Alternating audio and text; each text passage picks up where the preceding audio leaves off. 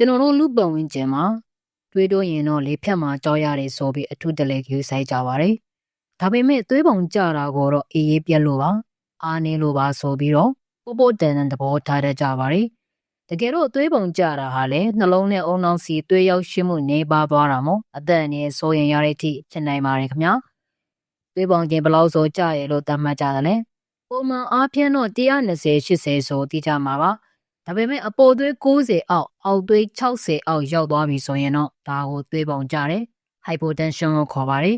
။တကယ်လို့တဲ့မှာမကြခဏခေါင်းမူတာတွေမျက်စိပြာတာတွေအာရင်ကုန်ခန်းတာတွေဖြစ်နေပြီလား။ဒါဆိုရင်တော့ဒီနေ့ပြောပြမယ့်မြမရောရဆေးမီတော်တွေနဲ့အင်းတွင်းကူတုံးတွေကိုအသေးစိတ်ပြောပြပေးသွားမှာမို့ဒီချာနားထောင်ပြီးတော့အဆုံးထိနားဆင်ပေးစေချင်ပါတယ်ခင်ဗျာ။ဒီနေ့ပြောပြသွားမယ့်အချက်တွေဟာသွေးပုံကြလို့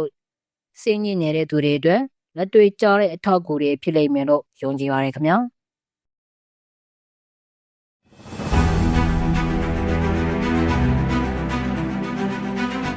ဘာလို့သွေးပုံကြရတာလဲဆိုတာကိုဒီမှာကုသရတာပို့ပြီးတော့ထီအောင်မှာပါအဓိကအချက်6ချက်ရှိပါတယ်ပထမတစ်ချက်ကတော့ရေရခန်း6ခြင်းတောင်ဖြစ်ပါတယ်မြန်မာပြည်လိုပို့လိုက်တဲ့နိုင်ငံမှာချွေးထွက်များပြီးတော့ရေအလုံးလောက်မတောက်ပေးဘူးဆိုလို့ရှင်သွေးတူတွေယွန်းနေသွားပြီးတော့သွေးပုံကြတတ်ပါတယ်ခင်ဗျာဒုတိယအချက်ကတော့အာဟာရချို့တဲ့ခြင်းကြောင့်ဖြစ်ပါတယ်။ဗီတာမင် B12 နဲ့ folic acid ချို့တဲ့ခင်မယ်ဆိုလို့ရှိရင်သွေးအားနေပြီးတော့သွေးပေါ်မတက်နိုင်တာတွေဖြစ်တတ်ပါတယ်ခင်ဗျာ။တတိယအချက်ကတော့ကိုဟန်အနေထားပြောင်းလဲခြင်းကြောင့်ဖြစ်ပါတယ်။ရုတ်တရက်ထိုင်ရန်ကနေဝုန်းကနေထားလိုက်တဲ့အခါမှာကမ္ဘာမြင်ဆွေးအားကြောင့်မို့သွေးတွေကခြေထောက်စီစုပြုံသွားပြီးတော့အုံနောက်စီသွေးမရောက်ဘဲမူးလေးတာမျိုးတွေဖြစ်တတ်ပါတယ်။ဒါကို orthostatic hypotension လို့ခေါ်ပါတယ်ခင်ဗျာ။နံပါတ်4ချက်ကတော့ဟော်မုန်းမညီမျှခြင်းကြောင့်ဖြစ်ပါတယ်။အထူးသဖြင့်ကတော့အမျိုးသမီးတွေမှာလစဉ်တမရာကိစ္စတွေကြောင့်သွေးအားနေပြီးတော့သွေးပုံကျတာတွေပိုပြီးအဖြစ်များပါတယ်ခင်ဗျာ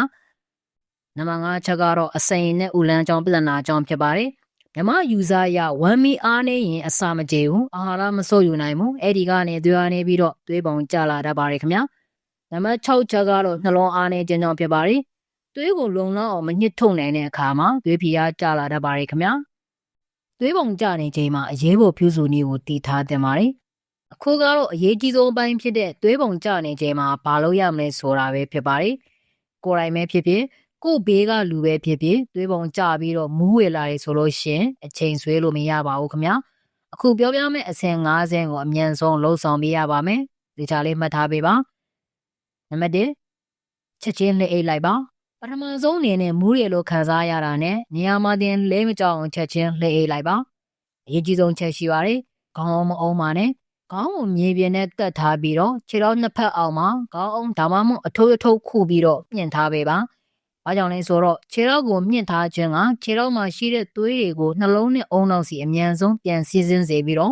့တတိလစ်ထာကိုကာကွယ်ပေးနိုင်လို့ပဲဖြစ်ပါတယ်ခင်ဗျာနံပါတ်2အချက်ကတော့အဝတ်စားတွေဖြေလျှော့ပေးပါလူနာဝစ်ထားတဲ့အင်ကြီးကျေးသီးတွေခပတ်တွေကိုဖြေလျှော့ပေးပါအသက်ရှူရလွယ်ကူအောင်လေဝင်လေထွက်ကောင်းတဲ့နေရာမှာထားပ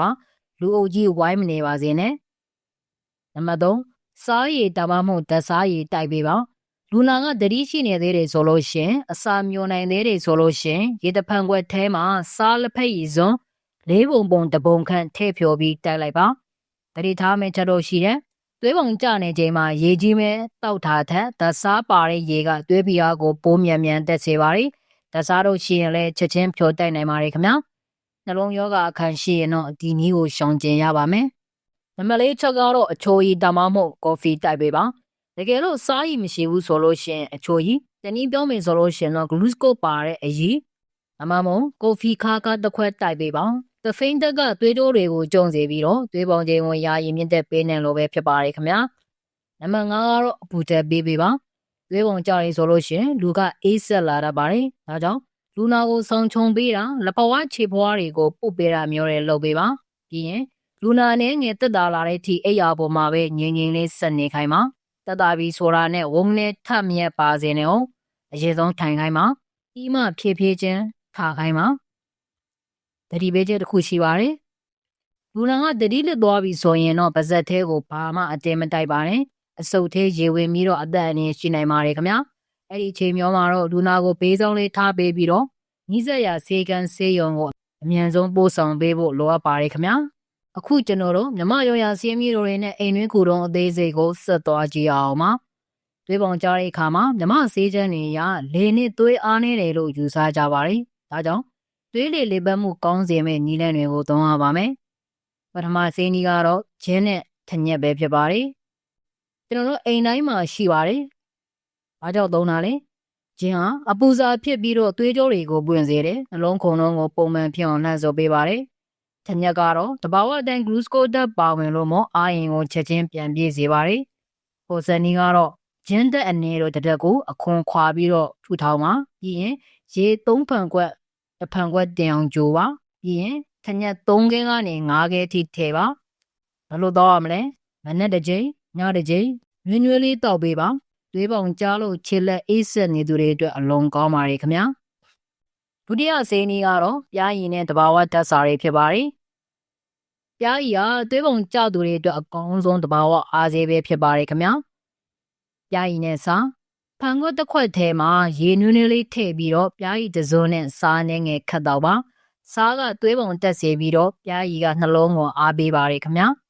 နောက်တစ်နည်းကပြားရည်နဲ့ရှောက်သီးဖြစ်ပါတယ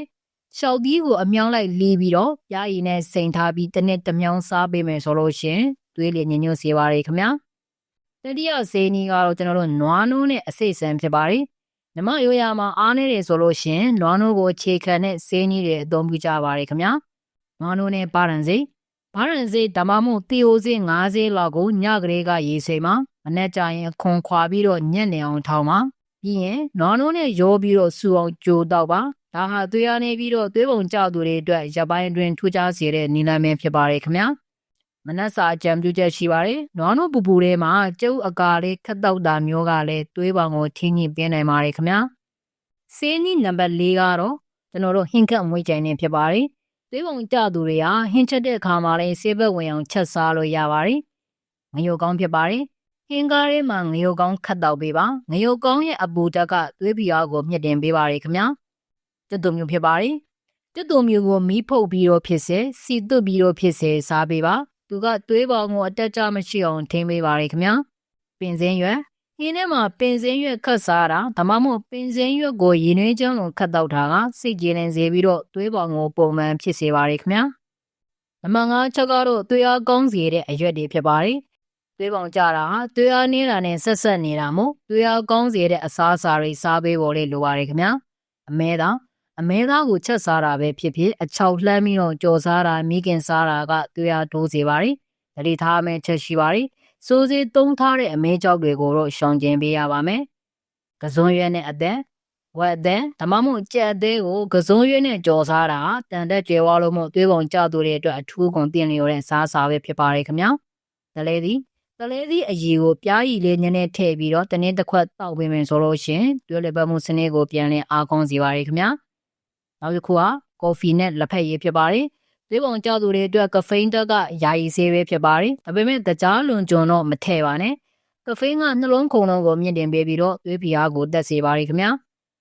အုံစင်းရည်မှာပါတဲ့ဓာတ်စားတွေဟာသွေးပုံချင်းကိုထိန်းညှိပေးပါတယ်ခန္ဓာကိုယ်တွေကရီပမာဏကိုပြန်ဖြစ်ပေးလို့မို့အာရင်တိုးစေပါတယ်ပုံစင်းကြီးကိုလေသွေးပုံကျတဲ့သူတွေအနေနဲ့အမိဝဲတင်ပါတယ်ခင်ဗျာအကြံပြုချက်ရှိပါတယ်ဒီဆေးနည်းတွေကိုသုံးတဲ့အခါမှာအရေးကြီးဆုံးကပုံမှန်လုပ်ပေးဖို့ပဲဖြစ်ပါတယ်တရက်တော့ပြီးနားလိုက်တာမျိုးမဟုတ်ဘဲနဲ့မိမိခန္ဓာကိုယ်နဲ့တဲမဲ့နီလန်းကိုရွေးချယ်ပြီးတော့ဆွေဆွေမြဲမြဲလှုပ်ဆောင်ပေးပါဒါပြင်အေးရဝဝအိတ်ဖိုးနဲ့စိတ်ဖိစီးမှုလျှော့ချဖို့ကိုလည်းမမေ့ပါနဲ့လို့မှာကြားကြပါတယ်ခင်ဗျာ